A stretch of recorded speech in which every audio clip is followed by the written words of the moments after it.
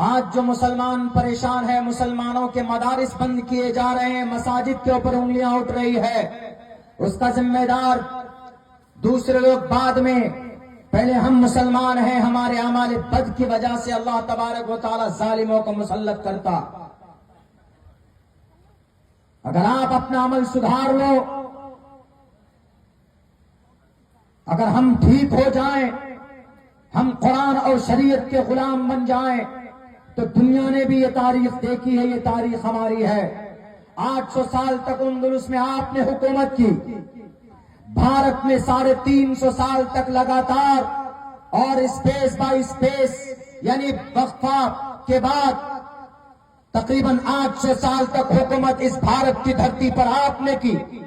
اللہ کے نبی کے زمانے سے لے کر 1924 تک دنیا پر حکمرانی آپ نے کی۔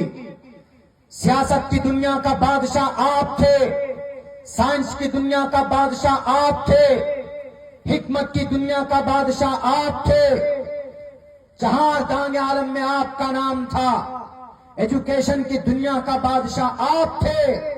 یورپ تو ابھی یہ 13ویں اور 14ویں صدی عیسوی سے ان کے پاس تعلیمی ادارے کھلے ہیں، ورنہ ان سے پہلے اگر تعلیمی ادارے کسی کے پاس تھے تو یہ مسلمانوں کے پاس تھے۔ جب سے چونکہ اس وقت نوجوانوں کے ہاتھ میں ایک ہاتھ میں قرآن ہوتا تھا اور دوسرے ہاتھ کے اندر حدیث رسول کا نسخہ ہوتا تھا، اس وقت میں ہمارے نوجوانوں کے ماتھے پر سجدے کے نشان ہوتے تھے۔ آج کل ہمارے نوجوانوں کے سر کے اوپر وہ انگریزی کٹ بال ہوا کرتے ہیں۔ اس جگہ ہمارے اس وقت اس زمانے میں ہمارے نوجوانوں کی زبان کے اوپر قرآن کریم کی آیتیں ہوتی تھی، آج ہمارے نوجوانوں کے منہ میں گانے ہوتے ہیں، گانے کے بول ہوتے ہیں، اسی لیے اللہ کی نصرت اور مدد نہیں آتی۔ 17 سال کا نوجوان تھا محمد بن قاسم الثقفی، جس نے راجہ طاہر کے دانت کھٹے کیے تھے۔ 16 سال کی عمر کے تھے حضرت عبداللہ ابن عباس جو تفسیر کے امام بن گئے تھے۔ 17 سال کے تھے امام مالک جو مدینہ المنورہ کے چیف جسٹس بن گئے تھے۔ 20 سال کی عمر کے تھے حضرت عمر فاروق، جنہوں نے اسلام کا جھنڈا بلند کیا تھا اور کفار کو للکار کے کہا تھا کہ اگر تمہارے بچوں کو یتیم کرنا ہو اور تمہارے اپنی بیوی کو بیوہ کرنا چاہتے ہو، آؤ عمر ابن خطاب کا مقابلہ کرو۔ وہ جوانی تھی۔